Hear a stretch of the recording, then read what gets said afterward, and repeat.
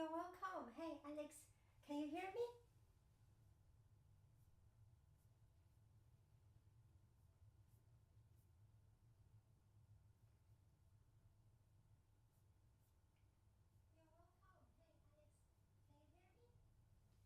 It seems like yeah, my recorder is working. Yeah?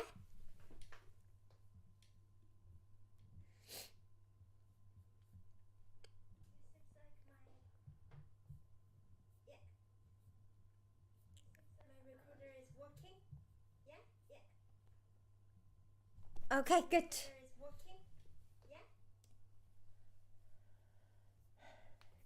Good. So, 7 p.m. now. Welcome everyone. Welcome back to my channel. This is Piano with XinRu, and I'm XinRu Chen. And welcome back to my channel. And today is a tutorial session, and we are going to talk about musicality. So I'm going to talk about how do we make a piece sounds musical. Well, I have been wanting to talking about this for ages, because ever since I started to learn the piano, like everybody began to tell me like, you know, you need to play musically, this is a talent, and you need to feel the music, all the music has such a feeling and it's the emotion, and you got to be passionate to make it sound musical. But the truth was, the more passionate I went, the worse I played. It doesn't make it sound musical. It just makes it sound worse. And gradually, after so many years of thinking and thoughts and experience, and I realized playing musically is not a talent at all. It's a method, and it can be trained. It can be learned step by step by any one of us. This is no like mystery at all.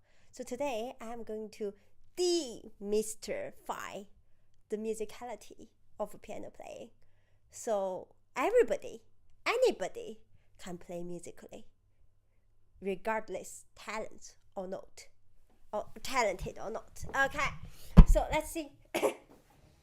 Let's use a very famous, not that easy, but very famous piece as an example. Okay, so I'm going to play Schumann Kinderszenen. We use Schumann Kinderszenen as an example. As an example. Okay, so if you hear somebody play Schumann Kinderszenen like this.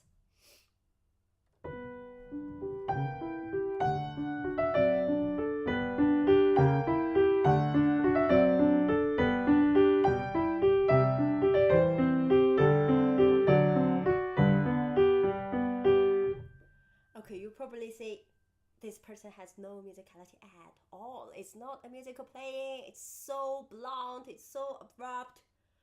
Okay, what if I play like this?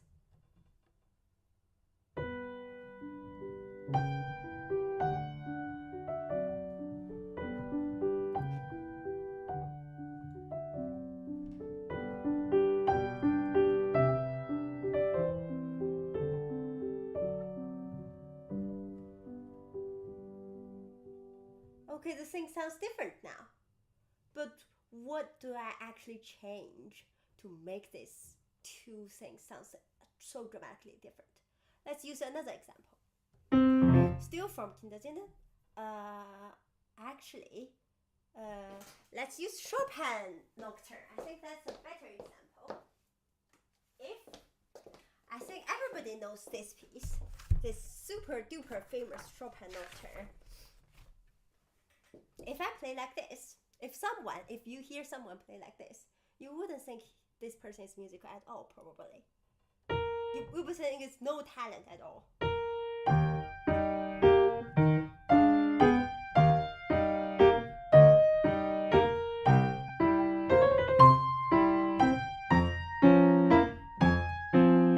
Okay, what if I play like this?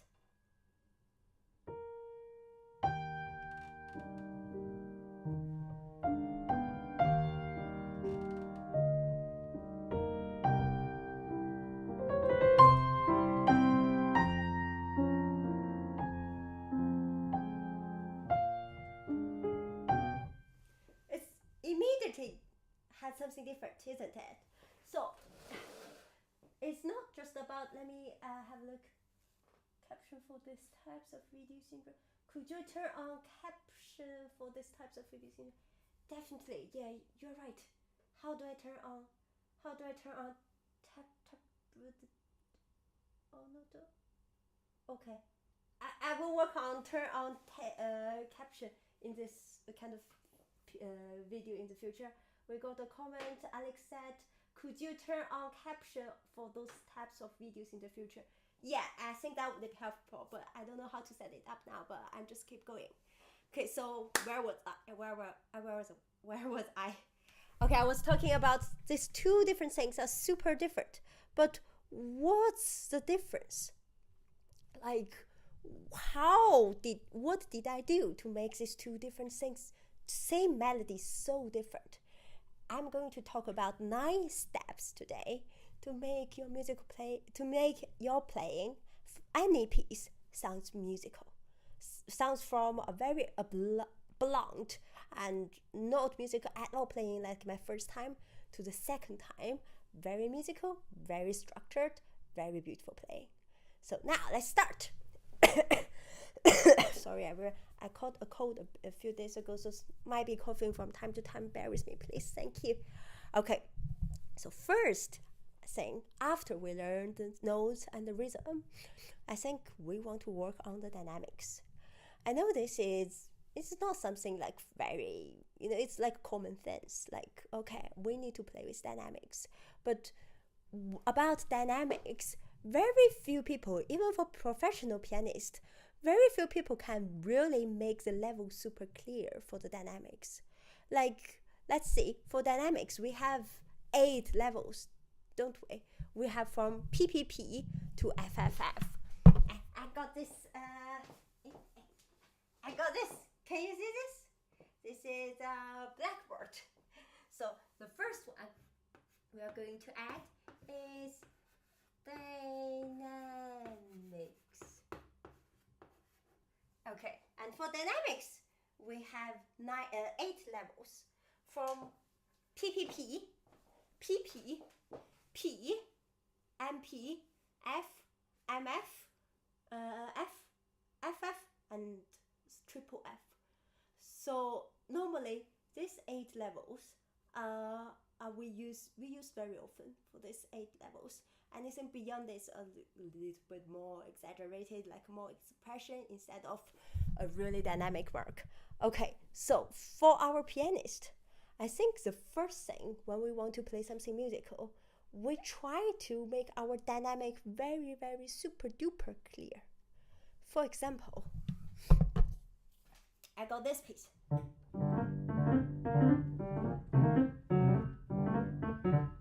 Okay, this piece at the beginning Schumann marked P.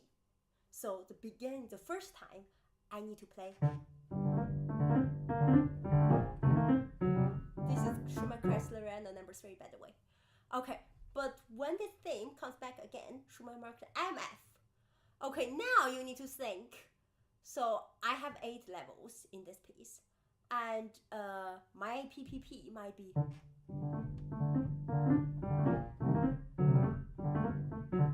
Okay, my PP, my P. So each level you make it very, very clear. Okay, let me make another example. Let's make this a bit clearer. Let's use this one. We still use Chopin nocturne. In this nocturne, the beginning phrase.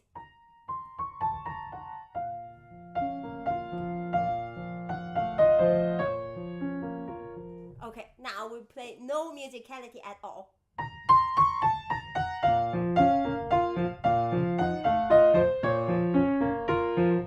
Now we make it soft.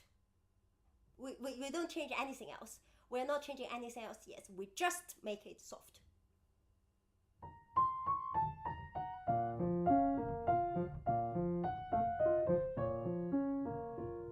Okay, immediately it sounds slightly different already, right? Okay, now let's use another example. Let me demonstrate this, how important dynamic it is for a piece. This is Schumann, this is Liszt Liebestraum. Okay, sorry everyone, I'm not reading the comment yet. I will read the comment and then answer all the questions by the end of this session, okay? So I'm just gonna keep going with my talking first. Okay, so the beginning, if I play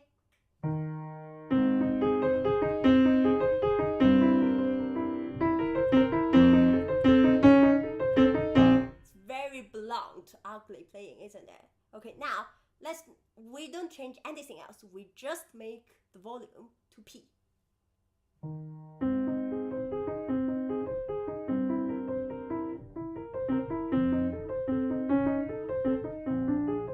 Well, it changed something already, at least. Nothing else has been changed, but the dynamic itself makes it change already. And then if you actually follow everything the dynamic marks the composer instructed us, it's gonna change a lot of things. It's more than we thought. For example, for Chopin etudes, the Chopin etudes, this one, the revolutionary. So Chopin has an F at the beginning. Okay, if you play not F,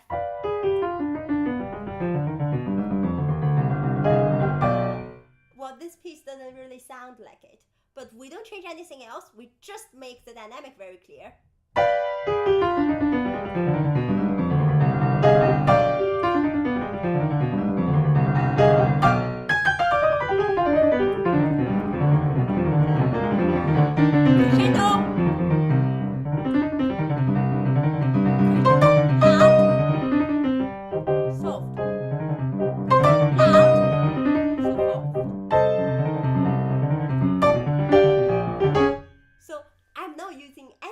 Musicality techniques yet.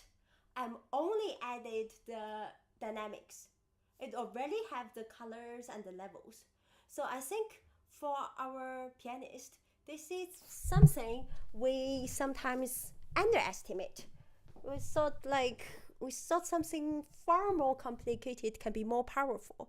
But the truth is the dynamic itself can be super duper powerful as long as you make each level super clear. Now, let me make a very clear level. Let's go back to Kinderszenen again. We make a very clear level from PPP to FFF.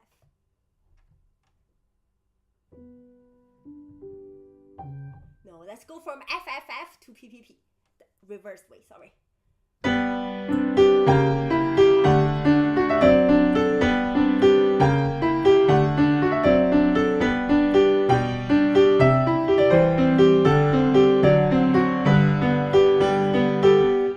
This is FFF. Now we do double F.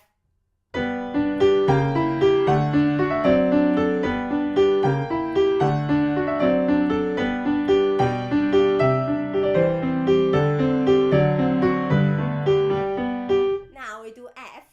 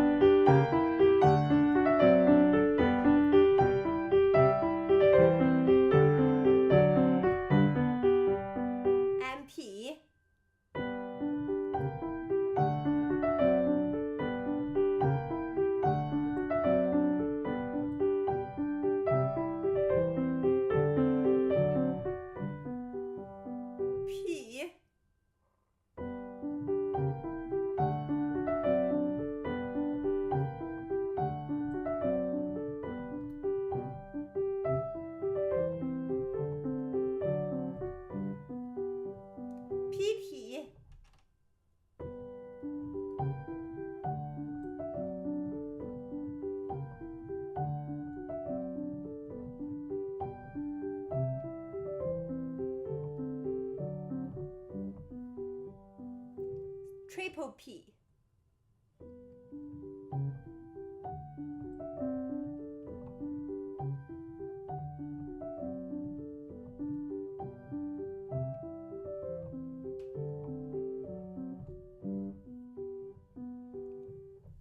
Okay, you see, I didn't change anything else. Simply by changing the dynamic levels, it made a lot of difference to the musical character already.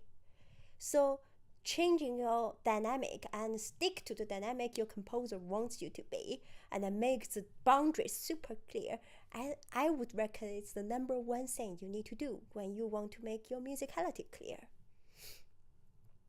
Okay, so for dynamics, we have a lot more things to talk about, but I'm not going into details today. But this is the number one step for musicality. And you need to control your strengths to be able to differentiate your PPP from PP to differentiate everything, and you need to arrange your structure as well. That's the next step. But make sure your dynamics are clear to your audience. If you play a P, make your audience think you're playing a P. That's really, really important. Okay, now second thing, we do articulation. So step 2, we add in articulations. So articulation. So we are still on like the very basic things. So, but don't underestimate those basic techniques. Those basic techniques can change a lot of things if we do it accurately. So now, articulations.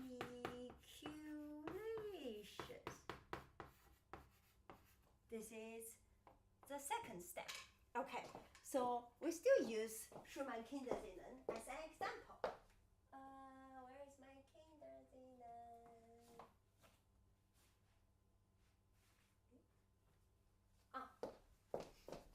Okay, we still use Kinderszenen as an example, but this time we use the third one as an example.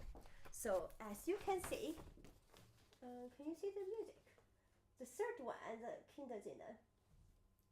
Everything is a staccato here. Okay, so it should be sounds like this.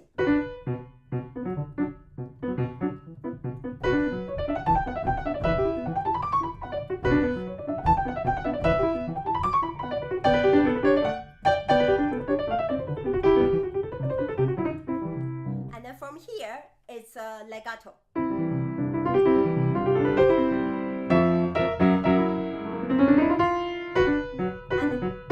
And this two is a small slur.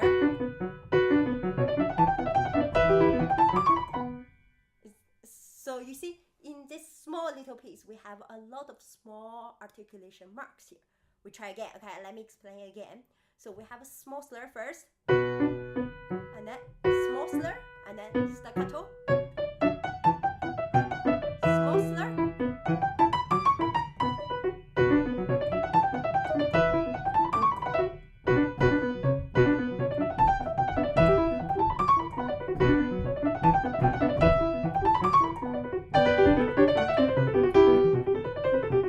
and then from here all legato.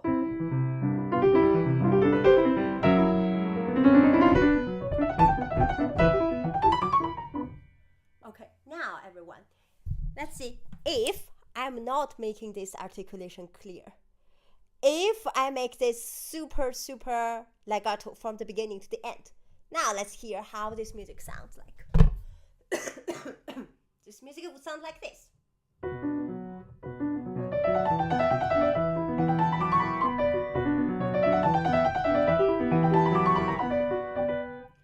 And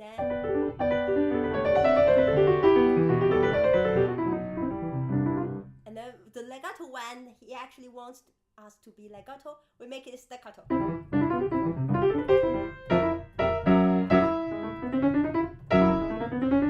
And then we make it legato again. It completely changes what the music means. I didn't change anything else, just by changing the articulations. So make sure you stick to the articulations the composer want. That's super duper important, especially in Beethoven. Yeah, Beethoven is using this to an extreme.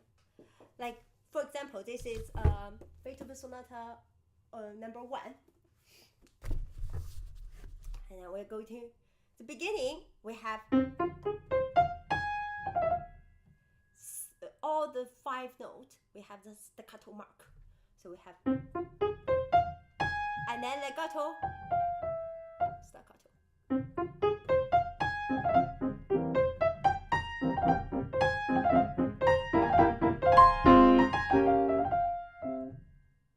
Okay, this is what Beethoven wants. Now, if we connect everything, we connect all the staccatos to legato. Let's see what happens.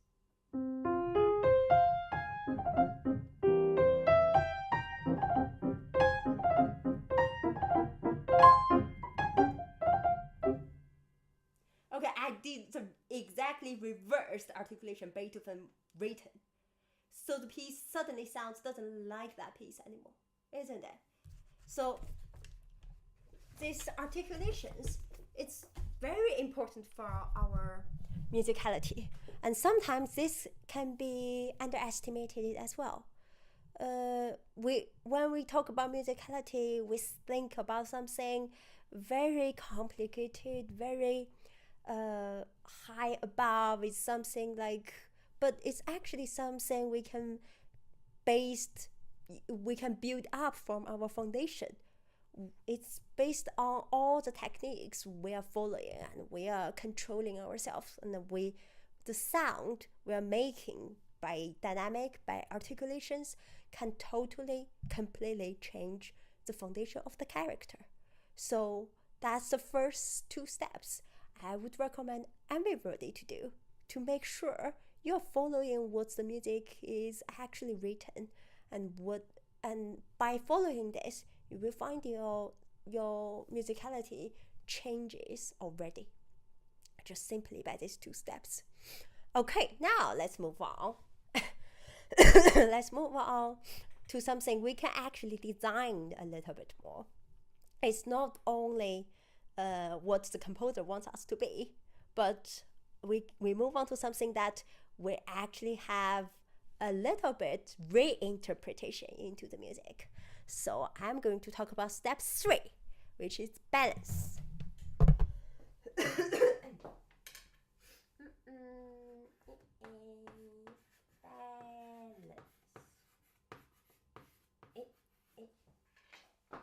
Balance. Okay. By saying balance, I mean the balance between left hand and right hand. So such things is super obvious if I use Chopin Nocturne as an example. Okay, let's see. Let's use Chopin Nocturne. No, let's use Chopin, we use Chopin E minor concerto, okay? Because this concerto has a super duper beautiful middle section. It's just amazing. Okay, let's see. This super duper beautiful middle section sounds like this.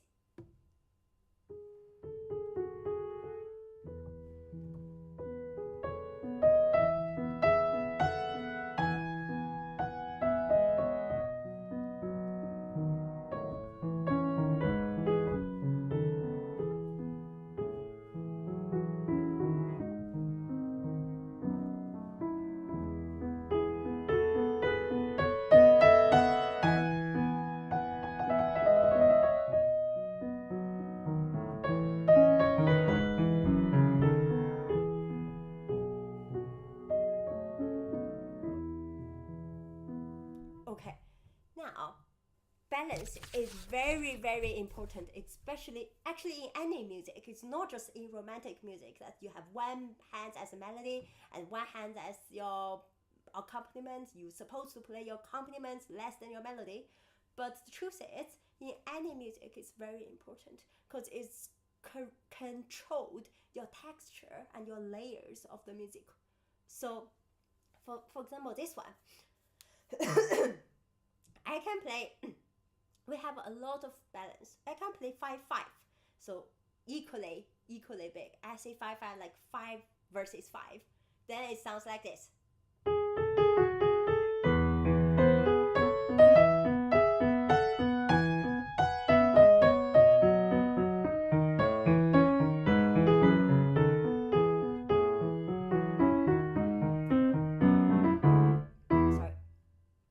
It's not very nice sound, isn't it? Or I can play left hand louder. let's see, 7, 3.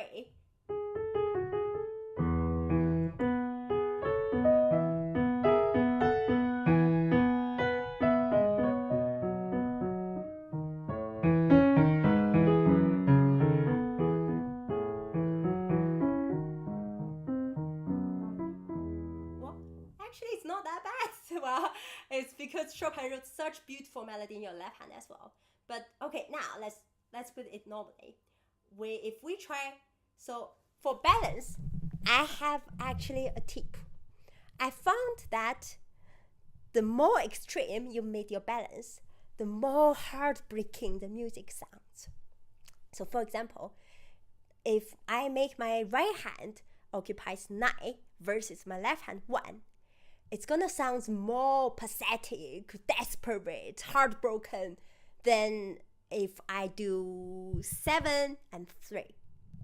Okay, let me show you. This is super interesting, a discovery I found out myself. Okay, so let's see. If I do 7, let's go from one level by one level. We go 6, 4. So right hand 6, left hand 4. Then it sounds like this. Everything else doesn't change, okay?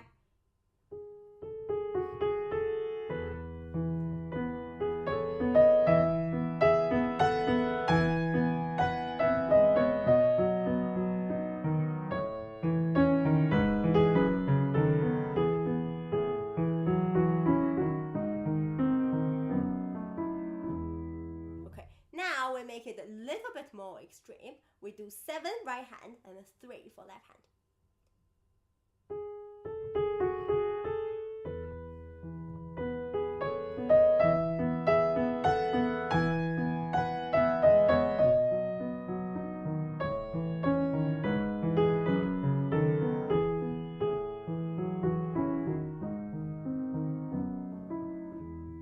Less warm, isn't it? So the more you have your left hand as a supporting, the warmer it would be. But when you have less left hand, the music starts to sound more and more solemn, more and more solitary. Okay, now let's do 8 for right hand, left hand for 2.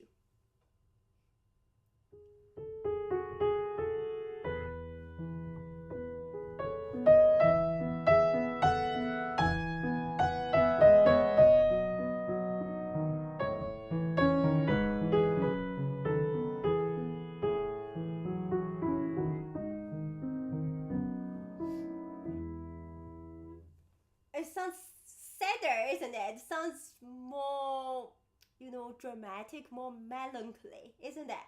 Okay, now let's try right hand 9, left hand 1. So we make the difference really, really, really big.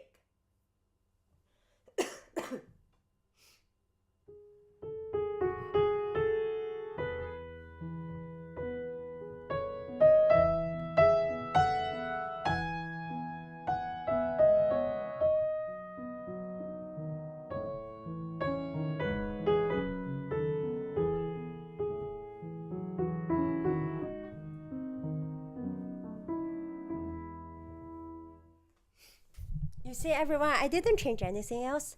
Just, I hope you do long form videos. Just simply by changing the balance, the levels, the ratio for your both hand, and then the music sounds like this. So the next thing for musicality, the next step, I would suggest you try to add your balance in.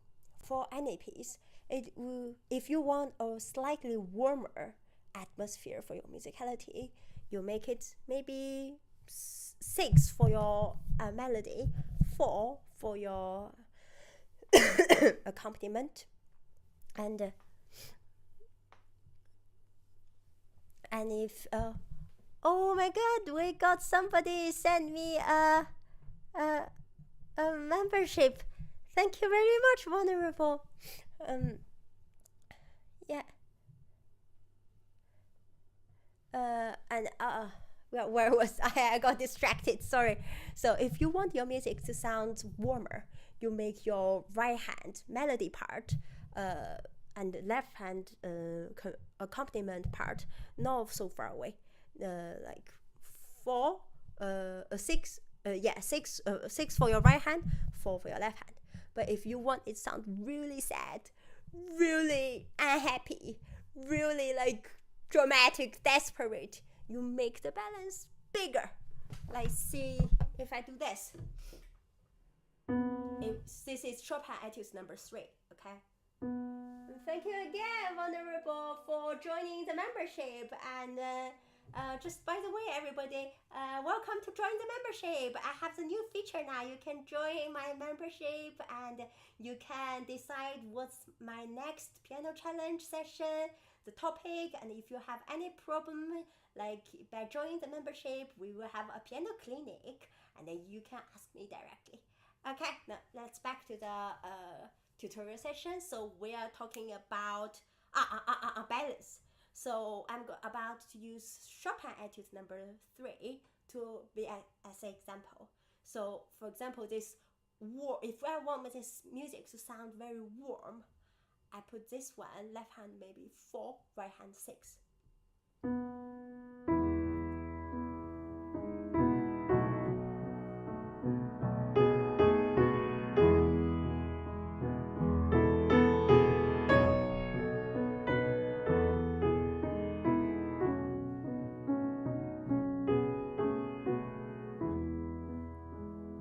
Okay, but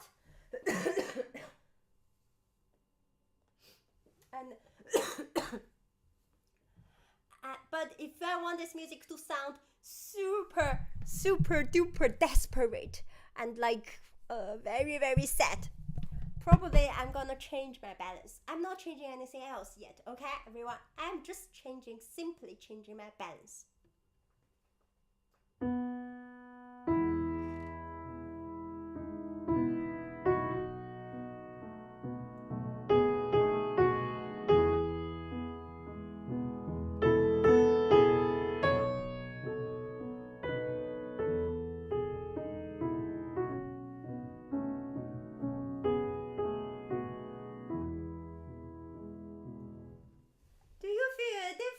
In your sound. Oh, thank you again for the super sticker. Thank you. Do you feel the difference with the music, everyone? One makes the balance less different. The music sounds much warm. The sound is warmer. But one makes the balance like 1 for left hand and 9 for right hand. The music gives a very very I don't know how to describe it in words. It gives a very solemn and lonely feeling. For Kinderszenen as well. This way I make my left hand louder.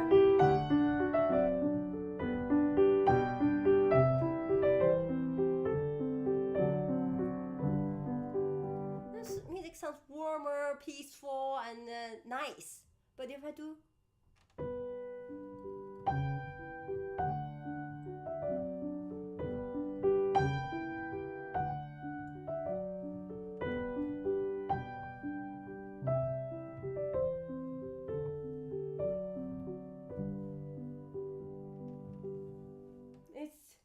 it's really really it makes music much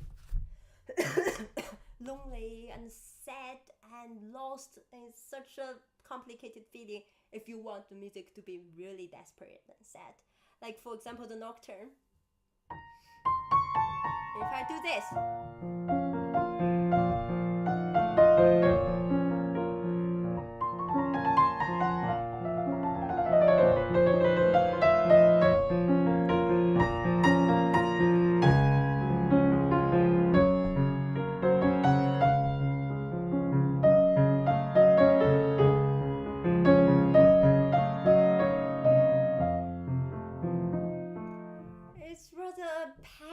a little bit passionate, a bit warm, like the warm wind caressing your face in the nice tropical forest or whatever. However, but if I play like this,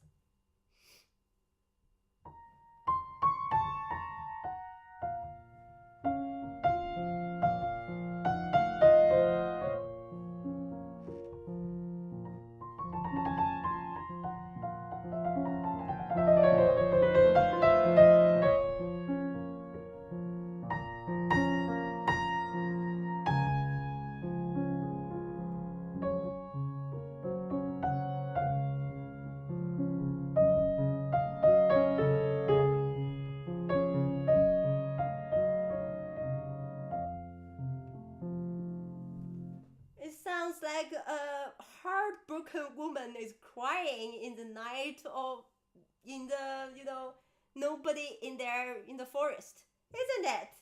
So the music sounds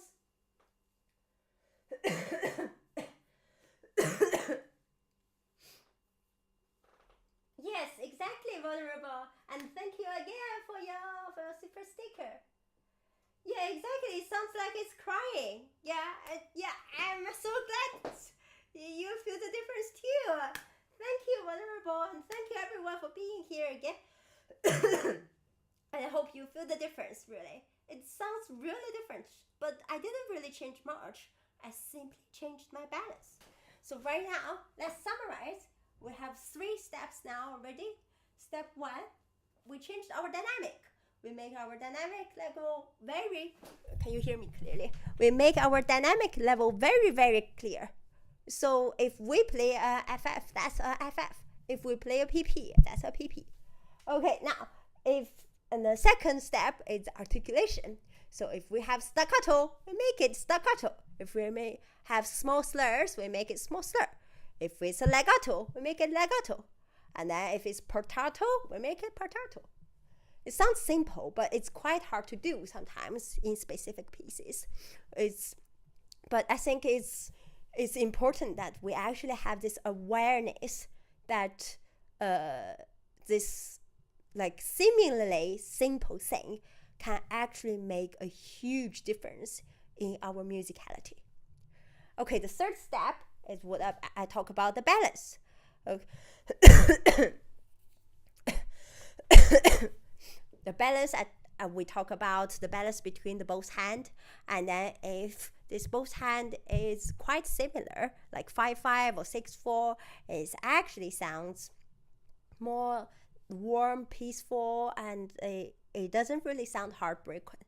But if you really want this piece to sound like heartbroken, desperate, lonely, sad, you just make your balance difference more extreme, and that changes everything.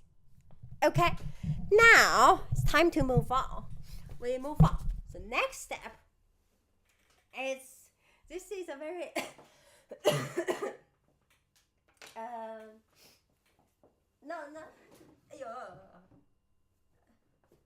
not a difficult step at all. It's tempo. Okay, I know most of the time the composer set the tempo for us, but sometimes we underestimate how important tempo can act in this kind of pieces as well.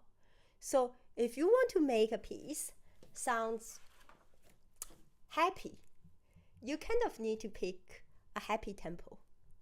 And if you want this piece to sound warm, you need to pick a warm tempo.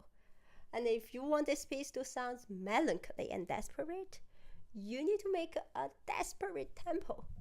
Okay, let's, for example, this one. I think everybody knows this piece. This is Schumann Kinderszenen 3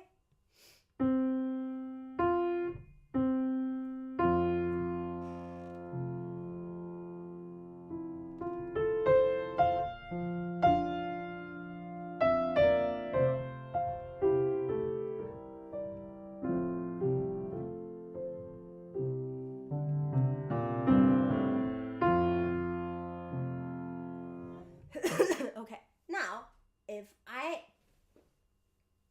I make this faster, we don't change anything. We change nothing else at all. We simply make it faster. How does that sound?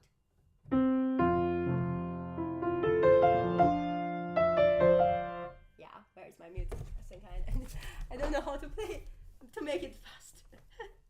This is embarrassing. Okay, let me make it faster.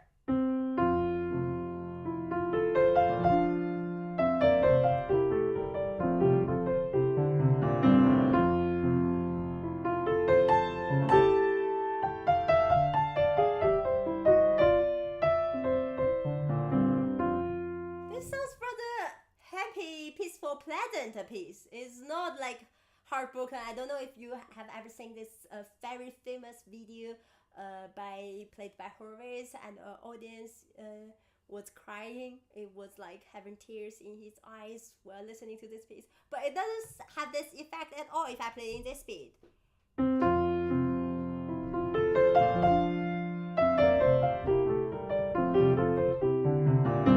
What if I play even faster?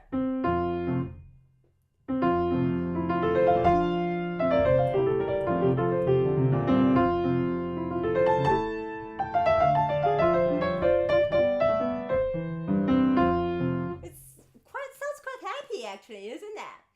Okay, now I got another one. We try another example. I think everybody knows Moonlight Sonata, right? Moonlight Sonata.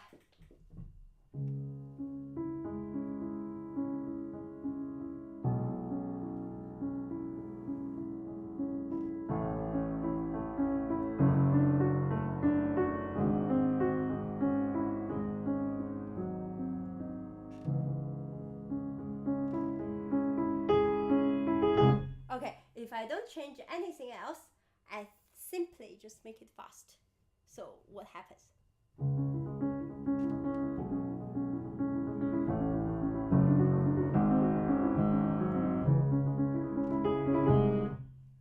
It doesn't sound lonely. It sounds like moonlight shedding or like forest or whatever. It sounds like anxious now, isn't it? So yeah, okay, the third movement of Moonlight Sonata, everybody knows it too, I think. Sounds like this.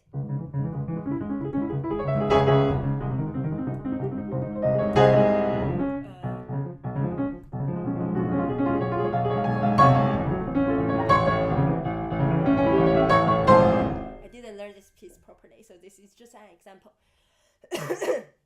What if I make it slower?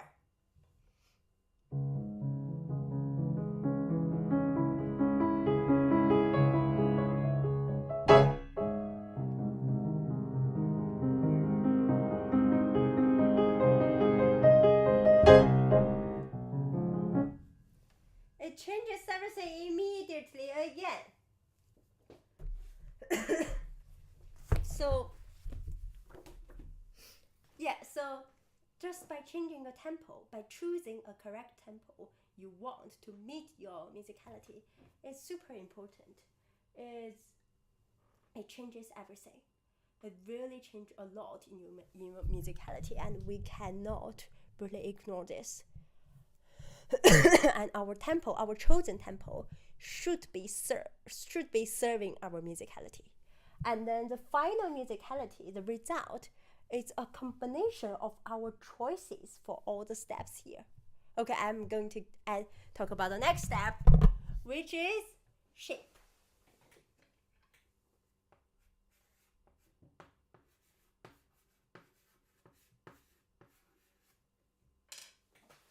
Okay, shape.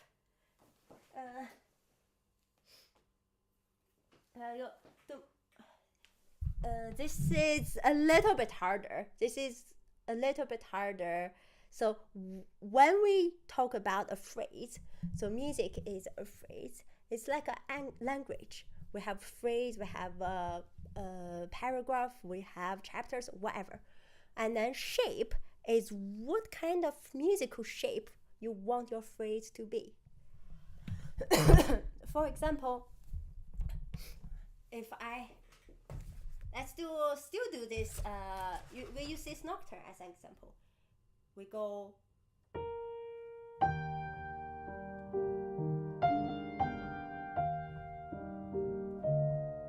So now you see this little phrase. I have da da da da. This is the highest note. Da da da da. Okay, I can change the shape. I can change the shape to whatever I want. So for example, if I want to change to this up climbing shape, then this first phrase sounds like this.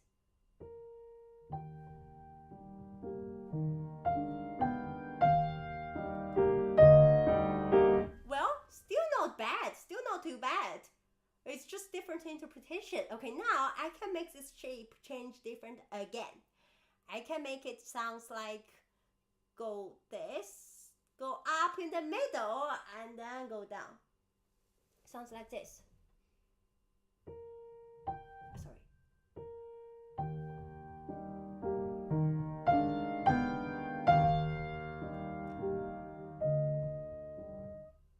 another different shape, isn't it? Okay, now I can change this shape again. I can make it loud at the beginning and then soft in the bottom, so it's like a U shape. You go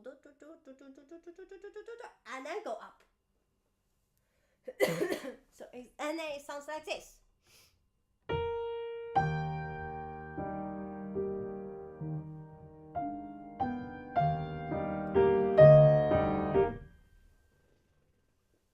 Okay, so now we have all these different options. We have all these different choices in our shape. Which shape do we actually want? And then which shape does the music really want? And then this is entirely based on the musicality. So you can choose your shape based on what kind of a character and atmosphere and feelings you want this music to make your audience feel. For example, let's take Kinderszenen as an example again. This one. Okay, now this simple little phrase, I'm making an arc shape. I'm making a mountain shape. So go up and down. So.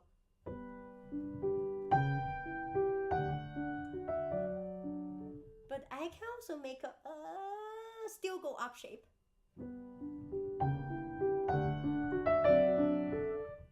And then I can make a go down shape. I can make a U shape. I can make any shape I want. But it depends on how I want to structure this piece and what this piece is actually talking about. And it's a lot of things and technical stuff to talk about in each point of this. I'm not going to go talk about everything in detail today. We'll just do a big summarize for all the factors that I think actually influenced our musicality, and then so it's not a mystery at all for anybody who yeah, exactly, vulnerable. Yeah, we are basically drawing by sound. Yeah, it's lines. It's what I don't know how to draw at all. I'm a horrible drawer. Like even my 4-year-old student, she was like, your drawing was horrible. I can do better than you.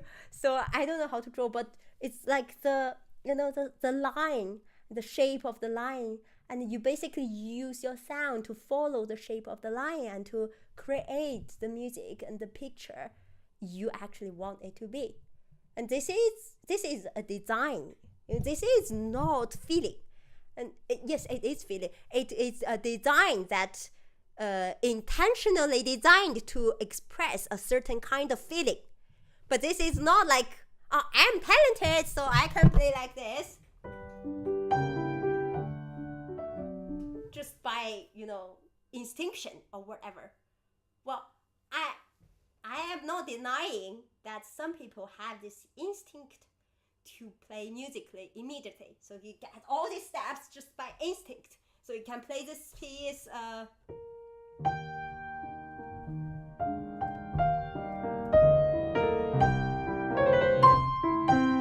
like musically just by instinct. I'm not denying there are talents outside in this world, but I'm not a talented person. I'm just a normal person, and I studied piano from knowing nothing. Nobody in my family is a musician ever. So, and then I found a lot of things I didn't understand during my study, and so I was very much confounded every time when all of my teachers or any of my teachers told me that you have to be musical, you need to sing your melody. But could you please tell me how? Like, I really want to do it, but how? Tell me the steps, tell me the things I really need to do, instead of just, you feel it, but I am feeling it, I'm trying very hard to feel it, but it doesn't work. Sorry, everyone. This is my like painful experience. Like during my piano study for the past 20 years and many years, this has been a very big problem for me. And yeah, I kept thinking about this question, and I realized, like, after my PhD and during my PhD and after so many years, and I realized, oh, actually, you know what? It's not just about instinct and talent. It's a method. So that's why I'm here today, share this to everybody. And I hope this would be helpful for you too. Okay, now let's keep going. But each step has a lot of technical things to do, of course. We need to practice a lot, and each step has a lot of different variations, but we will go into details some other time. Today is just like a big summary for everything. Next step, we call it strengths. Yeah, I ran out of space.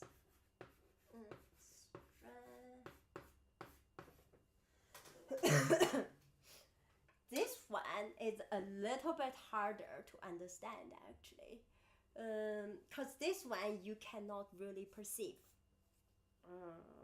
Let's see. For example, I can use which one? Okay, let's use Rachmaninoff actually today. Now we are going to use Rachmaninoff as an example. So, here. Okay. This phrase.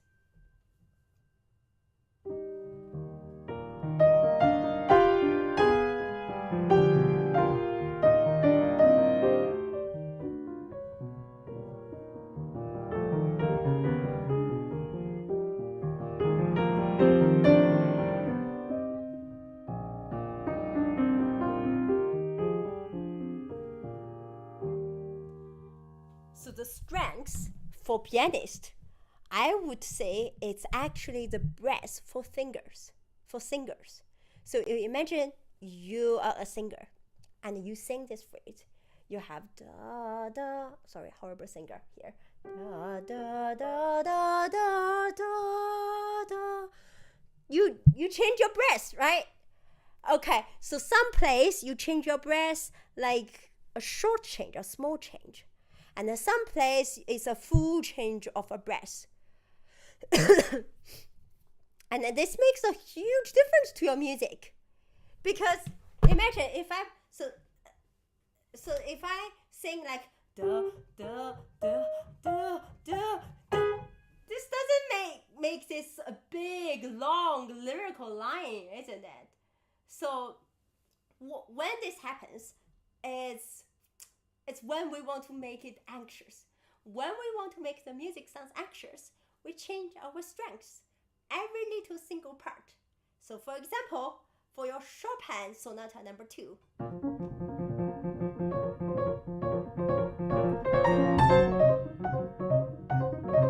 you see, every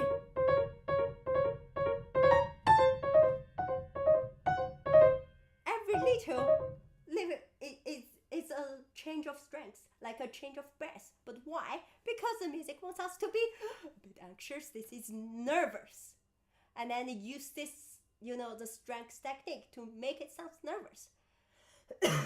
But if you want to make any music sounds like spectacular, sounds big, sounds a long lyrical line, you got to keep your breath until the end of the phrase. Or you can change for small breaths, but you can't let it back. For example, now I'm going to let my strength go back and then use another new strength. So like take a breath every small single phrase. So then this long big phrase would sound like this.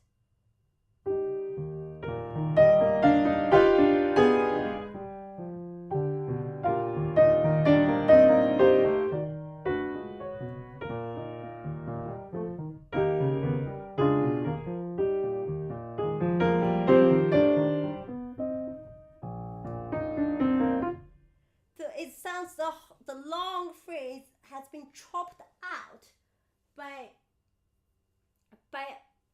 many like small sections. But it's not because of your volume. It's not because of some people. A lot of people they're not using the strengths, but they connect they try to make the volume sounds good. Like for example, like every note I'm controlling.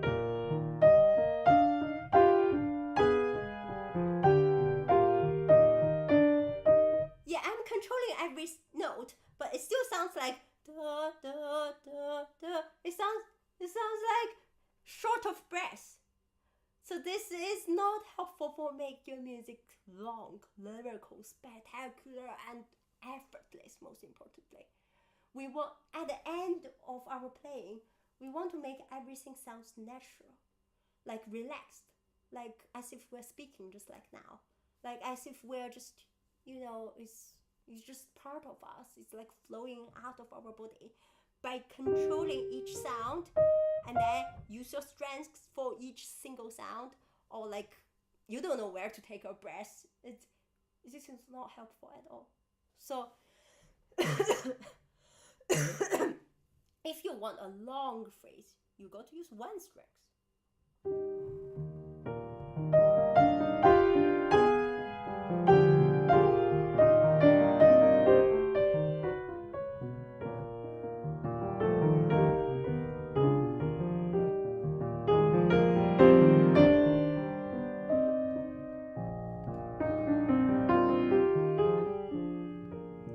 Then now it's a new big phrase. You take a new stretch. So you take a big breath.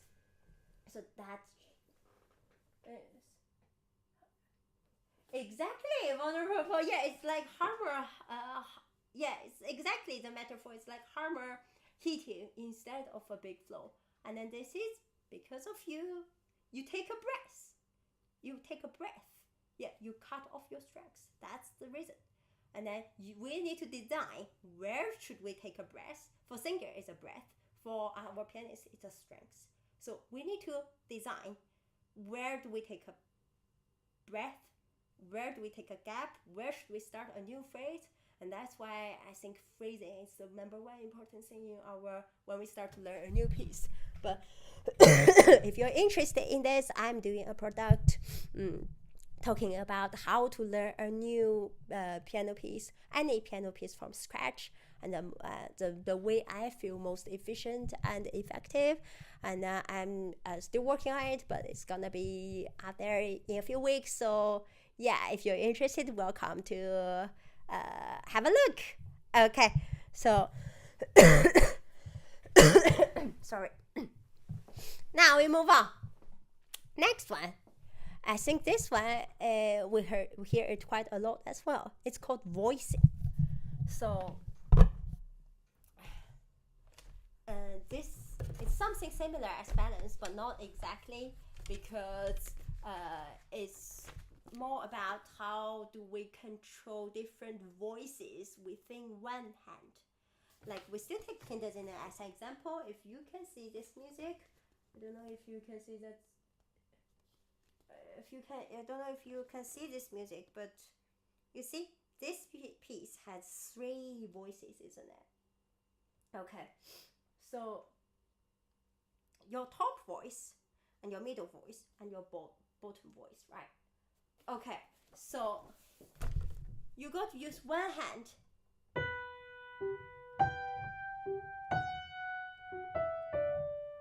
to make this sounds different. I don't think you can see my music clearly, but well, that's what I can do for now. Anyway, so this is your middle voice.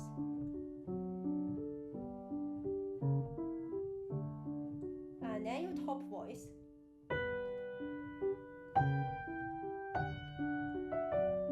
But the truth is, I'm actually using my right hand to play 2 voices.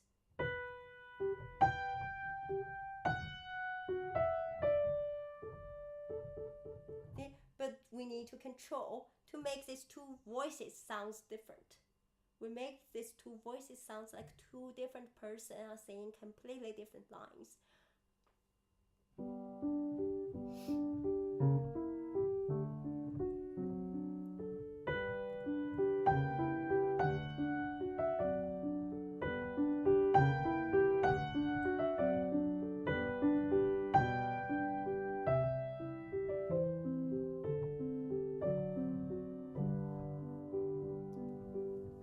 Schumann uses this a lot in all the different music.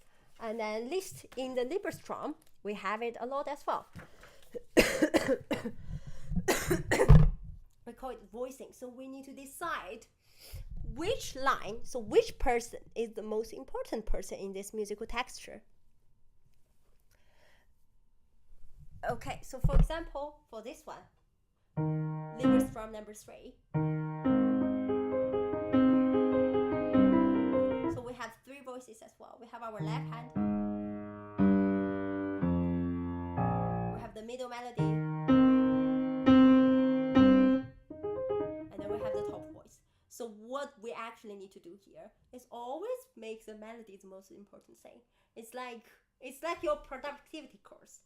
And then you're here for a brand new day, and then you think, what is my priority today? And then put that at the bottom, put that at the top. Sorry. Put your priority at the top, and then make everything give way to your priority. So.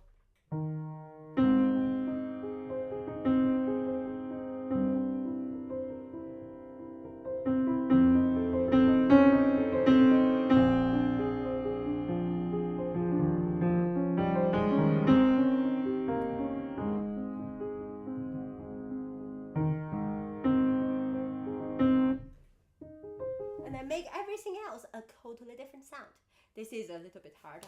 I know this takes time to control and to train your fingers, and this is another topic. How to make it happen is another topic. We talk about it gradually in our future videos, okay, and sessions. Today just a big summary. Okay, good. So then, but voicing is a super important step we have to include in our musicality. And by controlling our voicing, we can control the texture and the layers of our music. We can actually know what is the most important and how do we want this, this music texture to sound like.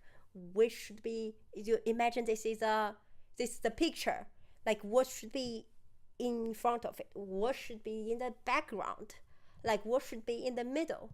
So you actually have an arrangement instead of just put everything on the same level. And that would sound very flat, isn't it? And then that will lose your musicality at all. So imagine if I play this piece like this.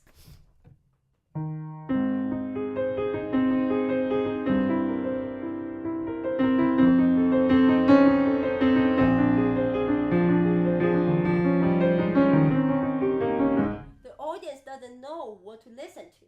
And then this is very important. Okay, number 7 is voicing, and number 8. Oh my god, I ran out of space in my board. See? Bad arrangement. Okay, I can write, well, I can write here. 8, number 8 here. Yeah, 8. Number 8, we have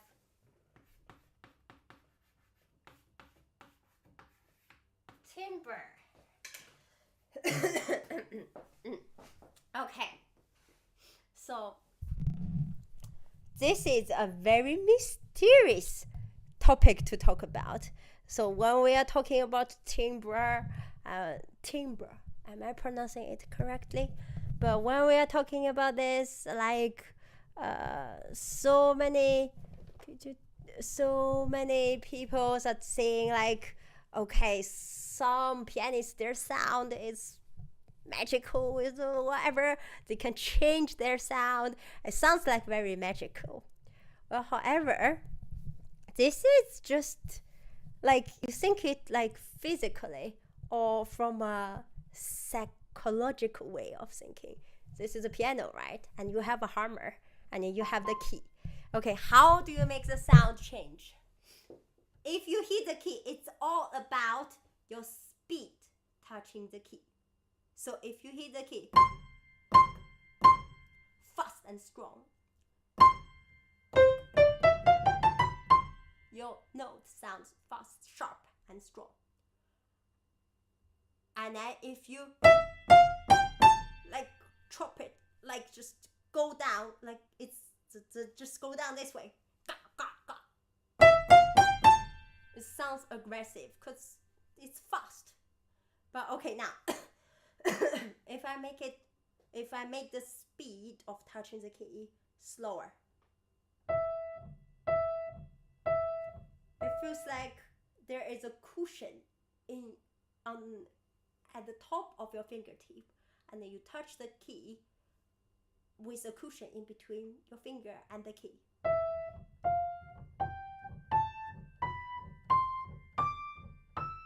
Okay? And then the sound change. Well, it's not just about volume. I can do it loud, and as well as doing a slow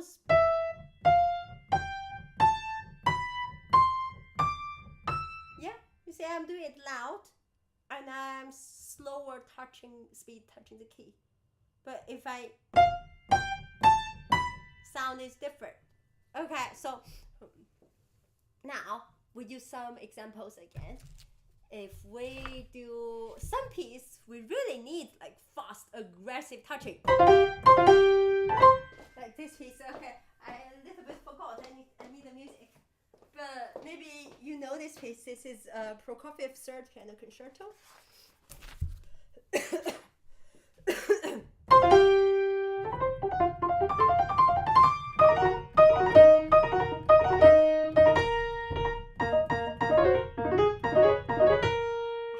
I haven't touched this piece for ages, but let me try again. So, but this piece, you need really, hi everyone. So this piece you really need very aggressive and sharp and touch. So you need fast touch.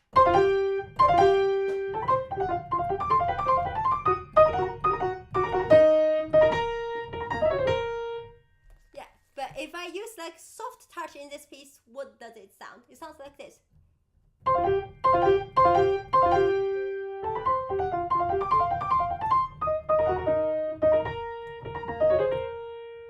It's suddenly lost this kind of decisive, aggressive, and the kind of feeling Prokofiev actually wants us to have. But let's go back to Schumann again. Okay, for Kinderszenen, same thing again.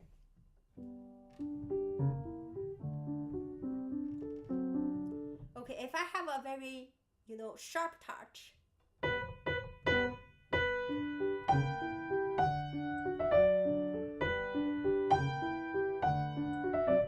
it doesn't suit the musicality, isn't it? The character is not a very sharp, aggressive, decisive character. The character is I probably want it to be very sad or melancholy or miserable or whatever.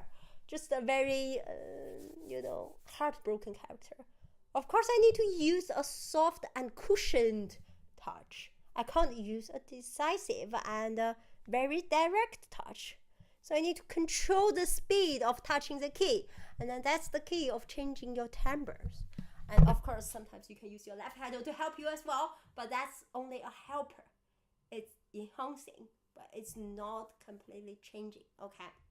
So, and then this has level as well. If you make it less, you make it even less sharper, even less sharper, add some left pedal to help you.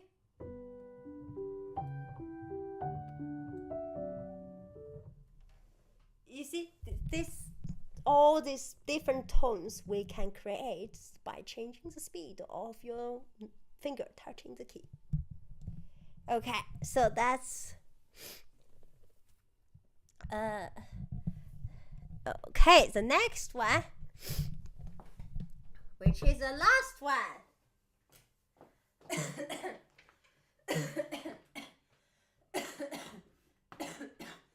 Sorry.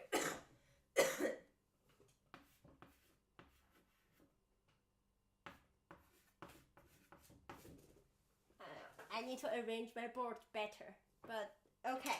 The last one is pedal. Okay.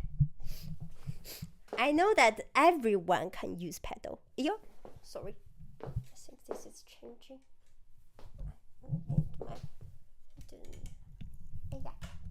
Yeah. Sorry.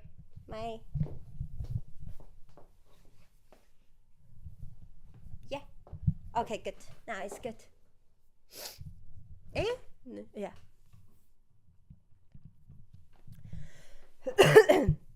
Okay, now we talk about pedal. I put pedal, this is the last step, okay? I put pedal at the last because it's a very, very important factor to change a lot of things. It can suddenly make a piece sound atmospheric, and it can suddenly make a piece sound huge, dramatic. It has a lot of functions, and we will talk about those functions one by one clearly in the future. Another video specifically talking about pedal. But the thing is, anyone can use pedal. Like even 5 years old, a kid can use pedal. So it seems like a very cheap thing to use in our piano player. But the truth is, pedal is very hard to use cleverly. Because if you don't use it cleverly, it's gonna ruin everything you've created.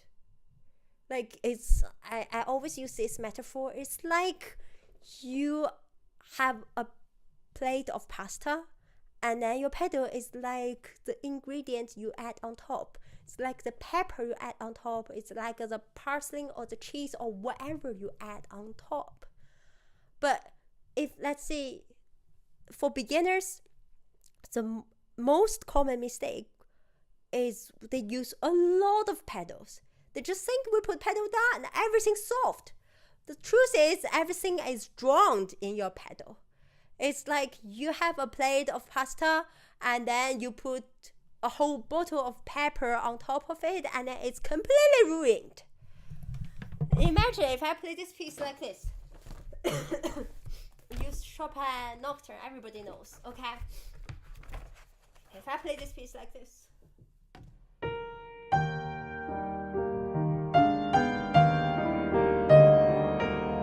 Okay, sorry. I'm not using all the techniques I've been talking about just now. Now, let me use all the technique I've talked about here and then use a horrible pedal. You will see how harmful a pedal could be.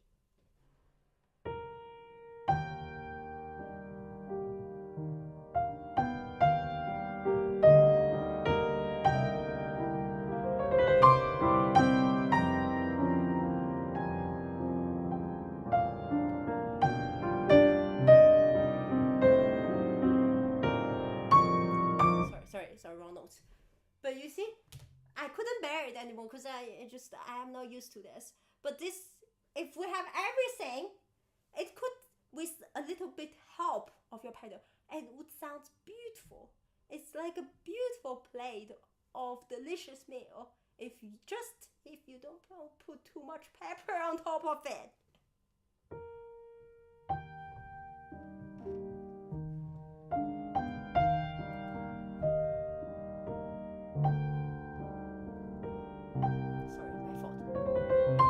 Wrong note, this one doesn't count. Again. This one is a shitty plate of pasta. Doesn't count. Delete. Again.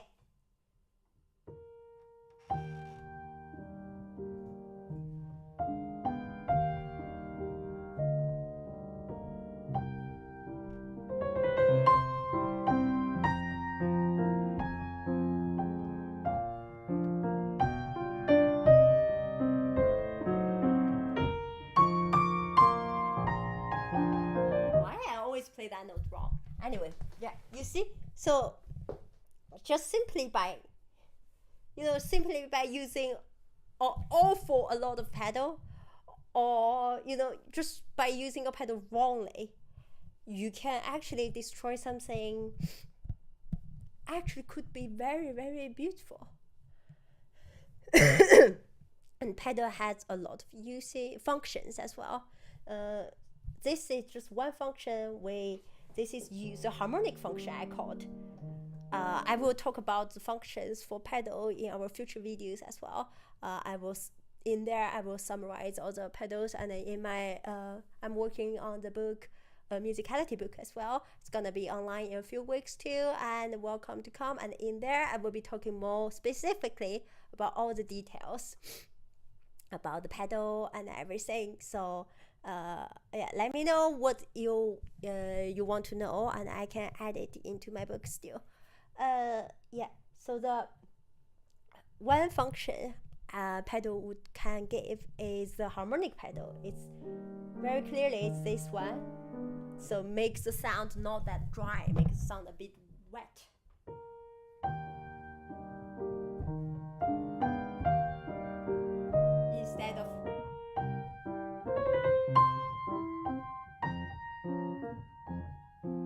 Instead of this, so make the can actually add something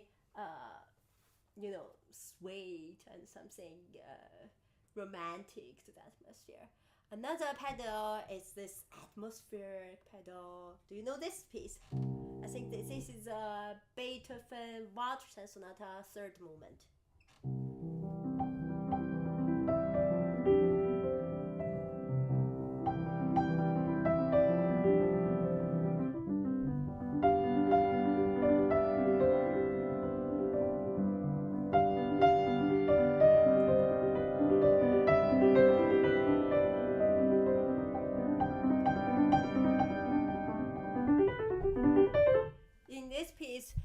Beethoven wrote he wants a very long pedal from the beginning to the end of the whole phrase, because I personally think, I suspect Beethoven wants this dawn feeling, like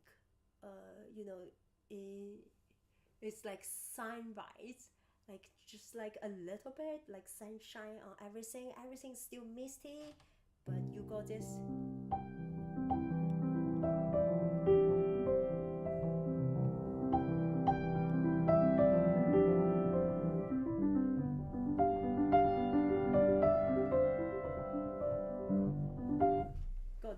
sunrise feeling. So this is what I call the atmospheric feeling pedal, and then we can also use pedal to enhance the spectacular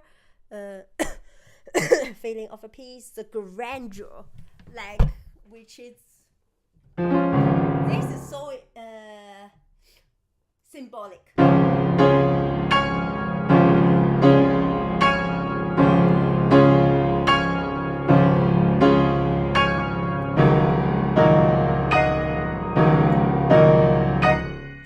Piano Concerto No. 1, yeah.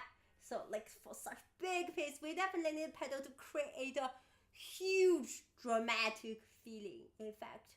And sometimes pedal can help us to make the accent better as well. Like for example, it can help you group your notes. For example, what can I use as an example? Let me think. Okay, I want every 6 notes in one group in my right hand. I didn't talk about grouping today, but this is something like a rhythmic rhyme, rhythmic pulse. This is a tactic thing. We can talk about this another time, but like it can help you to have this pose, inner pose.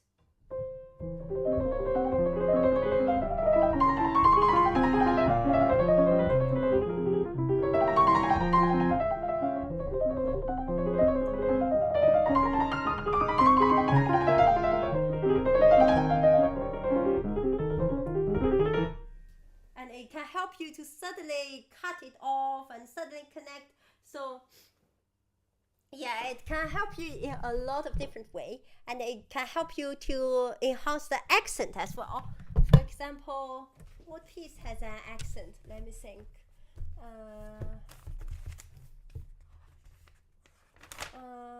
In this Rachmaninoff? Like for example here. Every time I want to accent it, you can use a little bit pedal in some of your music. So it's just all different types and all different functions.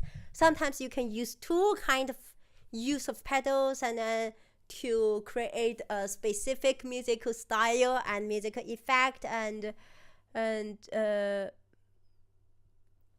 yeah. So so it's actually a lot of use of pedal, but please make sure you add it at the end.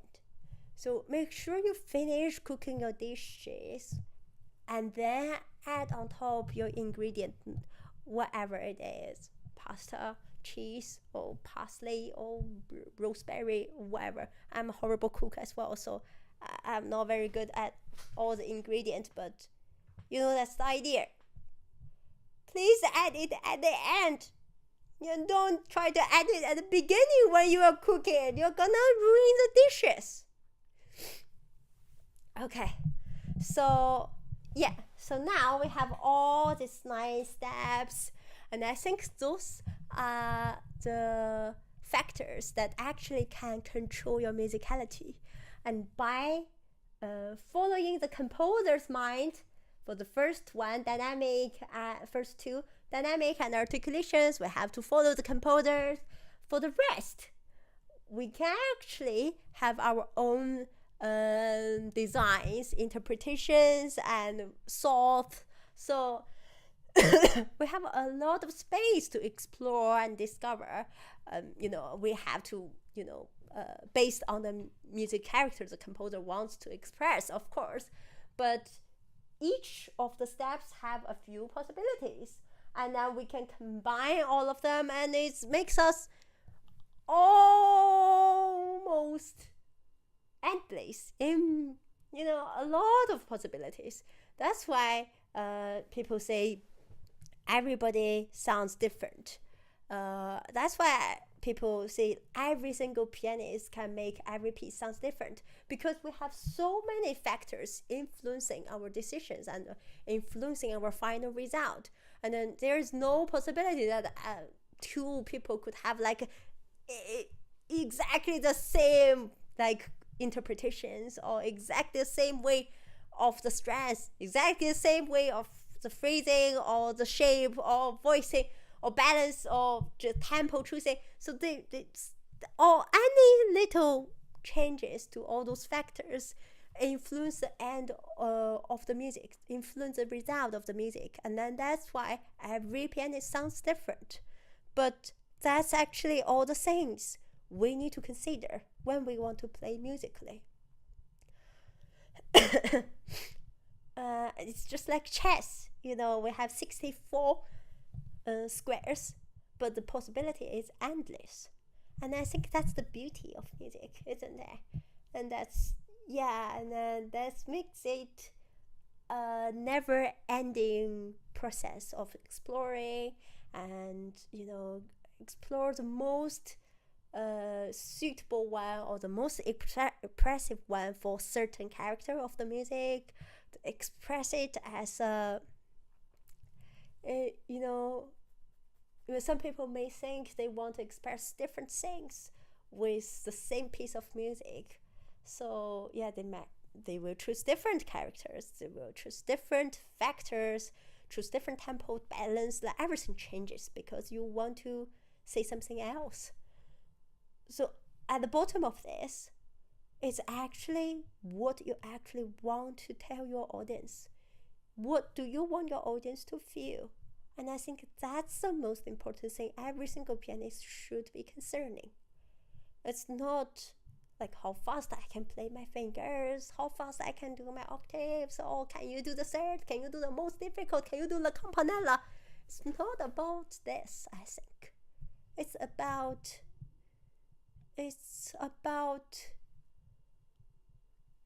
can I play something makes my audience feel better when they are lonely?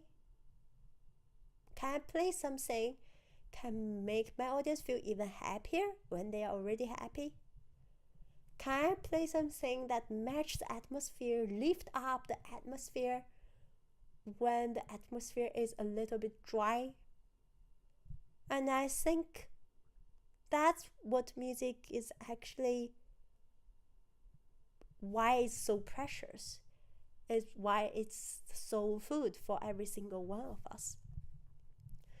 So, yeah, that's it for today. And now I'm going to read the comment, okay? And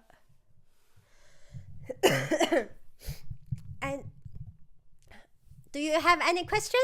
If you have any question, you can ask me now, and I will try my best to answer all the questions. I know that everything I've been talking about is easy to talk about. I know it's very hard to do. It takes years practice to do, and takes exercise, and takes different methods of training. But I will, if you want to learn, I will be very happy to teach, and I will gradually upload videos in my channel. And I'm welcome to support my channel by tipping me through the link down in the description box, or in the pinned chat as well. And we will keep having a lot of content with how to play the piano techniques, the musical techniques as well. Okay, now let's see if we have any questions. Anyone has any question? If not, then we are going to finish here. Let me read the chat.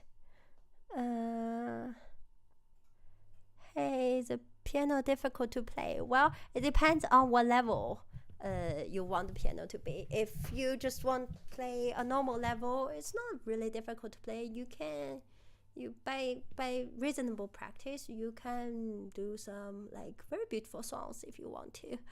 And I got some requests as well. So for all the audience who are requesting, this is not a request session, okay? So I'm not taking requests in my tutorial session. So if you want any request, welcome to come back tomorrow evening. Every Wednesday evening, 7 p.m. I'm taking anyone's request during my request session. Okay, so most of them would be sight reading probably, because I know very little music. The more I learn piano, the longer I dig into music, the less I feel I know about it. I feel I know very few music, and I know very little about famous composers as well. And comparing to a lot of people, a lot of knowledge, the more I dig into it, I feel I'm very ignorant. So most of the songs you request, I might not be able to play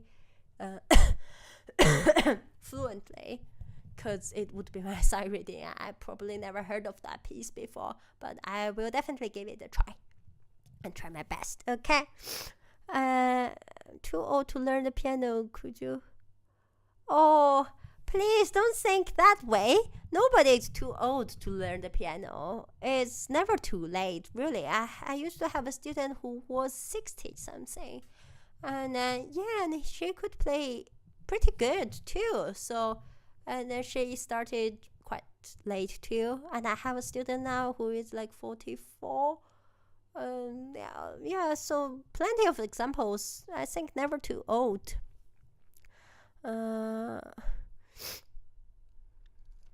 And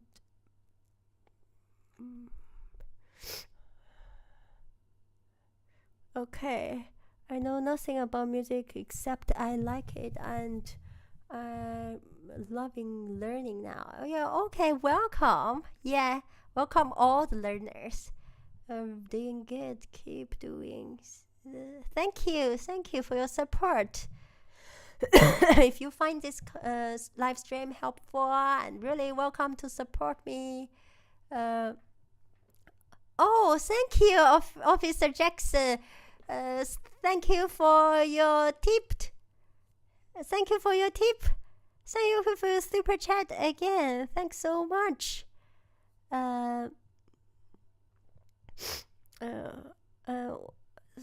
What other question do we have? I know nothing about me.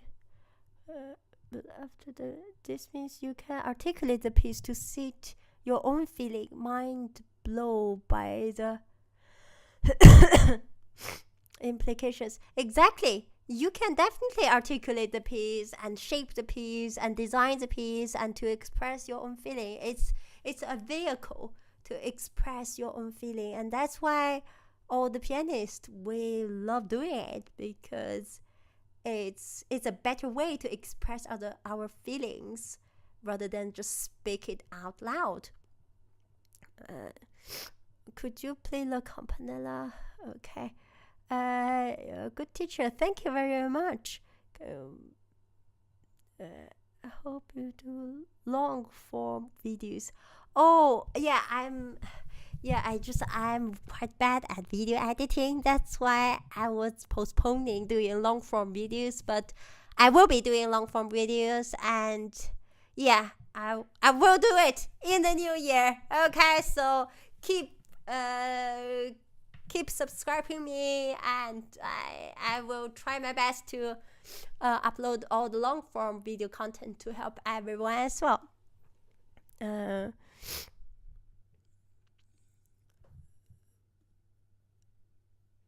And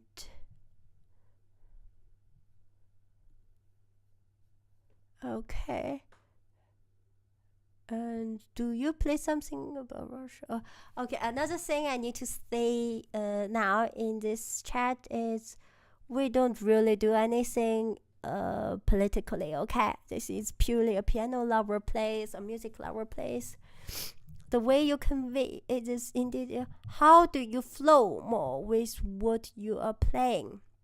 Okay, this is a question. We got a question from Vulnerable. How do we flow more with what you are playing? So you mean you want your melody to flow more? Okay, so this is a combination of two things. We always say that it's very hard to make the piano sing because fundamentally piano is a percussion instrument. We cannot make long and connected sound like violinists or singers, they do. But there are two things we can do to make it flow and sounds lyrical. One thing is to have a direction in your phrase. I'm talking too much today. My voice is gone. Okay, let me show you an example. We still use like E minor,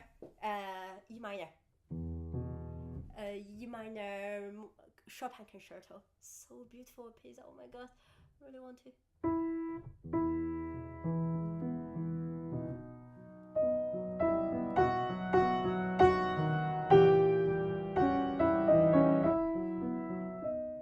Okay, just this one short phrase. Like first, we want to have a direction. So for each phrase, if you want to make it flow, you want to make it connective, make it a long lyrical line, find a direction for your phrase. So for this one, I think this G is definitely my direction, my pinpoint, the point I'm going to. So I'm going here. So then the shape I will have.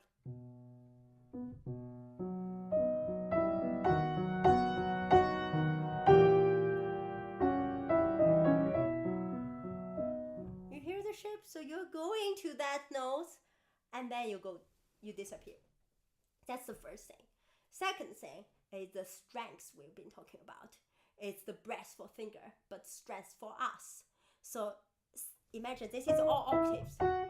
And it feels like you feel like your strength is a flow, and then from this one, and then adding. It's the strength flow you're adding, so it's your body strength instead of you control with your forearms or anywhere else, or this. If you control with this or your forearms, you will never make it lyrical and flowing.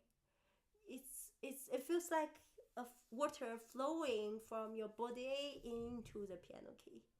And then all these things, they're pipes. Your arms, forearms, big arms, shoulders, everywhere, they're relaxed. They're just pipes they're there to support your strengths to flow into the piano key. So you go.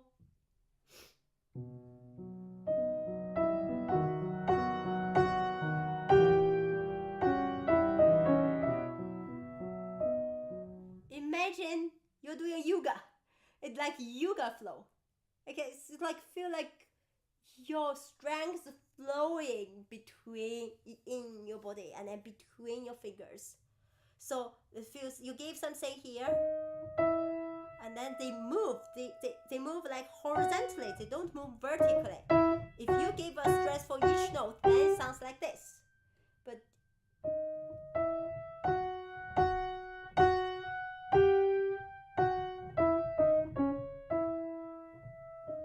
I even didn't use pedal now. So I will show you without pedal so you can hear clearly what it sounds like.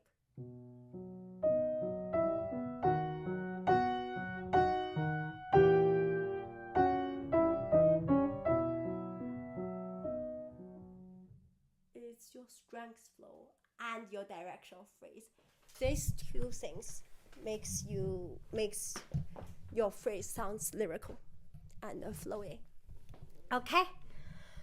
You opened my mind with your lesson. How do we master music like you? Even your explanations are clear, crystal, and resonating. Merry Christmas. Oh my God, thank you so much, Theo. This is really helpful. I'm so glad to know this is helpful, and I'm so glad to know this is crystal clear. I was always worrying about my explanation is not clear enough, because that was my problem when I was learning piano. So I always hope someone could explain this clearer. So for all the people who actually want to learn, we can actually have a way up. So I would love to have more people to demystify the piano learning, study, or music learning, so every piano lover can actually find a way so anyone can play. And if you want to master the music like me in the future, I couldn't say I mastered the music. I'm still learning a lot of things. Like I don't have like deep understanding for a lot of composers and a lot of music. I'm still learning a lot of new pieces, a lot of new things. Try different ways, exploring to find the best way to explore the music, to convey the most expressive like music I want to my audience. But I'm not a master in music, but I would say I know quite a lot in piano playing. Like I know how to control this instrument, but I wouldn't say I know how to control music yet. I'm still learning in music, and I'm still learning in how to make my piano playing more efficient and effective. And this is a never-ending process, isn't it? It's keep exploring, keep learning, and keep improving. So I will be keep sharing what I've learned and what I discovered, and what if I find a more effective, efficient way of practice, I'd love to share with you guys as well, if you would like to know. So welcome to join my membership. And so if you join my membership, if you have any piano question, we have a piano clinic, and you can ask me piano questions in the piano clinic, and you will see membership post. And and what other perks did I have? Oh my God, I really should do this better. Anyway, no wonder every piece I have made so far sounds so too stupid, because I'm using my strengths wrong. Well, okay, yeah, I'm glad this helps you, vulnerable. You can try. This is quite hard. It's not like you realize it and the next day you can use it. It's like like boxing, okay? Like if you want to do it correctly, use it correct way, you go to practice. But you definitely can try. Don't try to control each single note. It's not making music lyrical. And even though you can control each sound, volume, very good, it's not making your music touching. Okay. Anyone else? Am I late? Hey, hello, Yash. Hey, you're not late. Yes, but we are about to finish up now. Anybody has any more questions? If not, then we are finishing up. Yeah. Hey, hello, Yash. No one has any more questions? No more questions? We finished here? I'm going to play something now. After explaining for almost 2 hours, I actually want to play something. What should I play today? Okay, let's play Schumann Try Mine to finish this. Okay?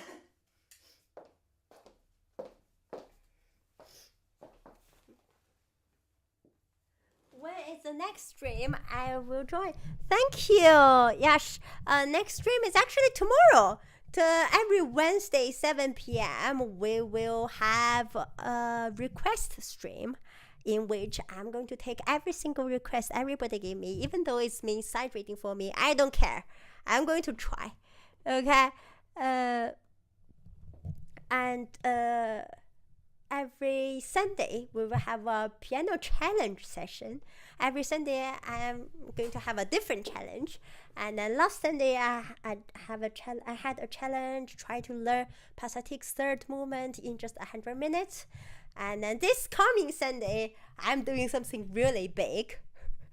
I don't know if I'm crazy or not. Maybe I shouldn't do this, but this coming Sunday, I am going to try to practice 8 hours straight, non-stop. I know I'm crazy, but this is a piano challenge. Let's play big. Let's play extreme. Yeah? Okay, and every Tuesday, 7 p.m., I'm going to have a tutorial session. And welcome to join my membership. And then if you join my membership, we will have a membership poll. And you can decide which challenge or which topic you want me to talk about for each tutorial and challenge session. And every day, normally, sometimes if I go on to a date with my boyfriend or, such things happens in life. But every day, normally, I will have daily practice session, but I won't talk during my practice session. I will just focusing on my own practice and welcome to join my practice. It feels good to practice with someone else, isn't it? So we don't feel that lonely. It's 2 a.m. here. Oh, hey, hello everyone. Wow, that's really late for you. Yes, you should go to sleep. That's too late. It's already your tomorrow where I stayed up all night. I just realized Oh my God. Everybody stayed up so late. Tomorrow is Christmas Eve. And Merry Christmas for everyone. I'm going to play Schumann Kinderszenen. Yeah, right. It's it when people talk while playing the piano. Yeah, so for the practice session, I won't be talking at all. I will be just focusing on my own practice. And if you want to join me, welcome to join me. Okay, now let's play the Kinderszenen. And then we finish. Okay.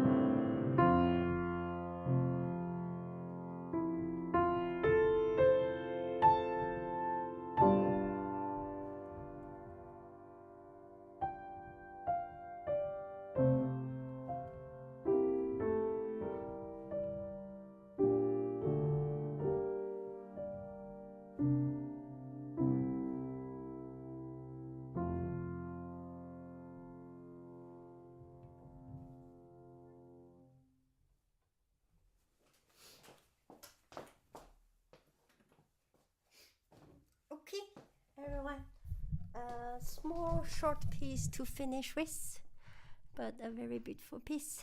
So hope you like today's live stream and hope it's helpful for you and for all the audience who are super late, 2 a.m., 5 a.m., go to sleep.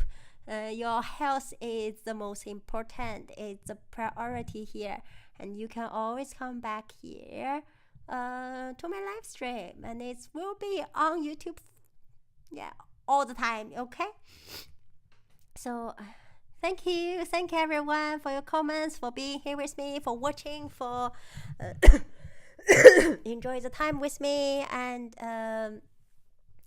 hope it's helpful for you. And I give my best wishes to your piano study. And this whole method is my system, XinRu's piano method. And welcome to come back. We can talk about more, and I would love to share more in the next and in the future tutorial session.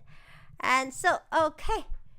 So, see you. Bye. Have a lovely morning, evening, and afternoon, or whatever. Enjoy the brand new day, and Merry Christmas. See you tomorrow. Bye bye.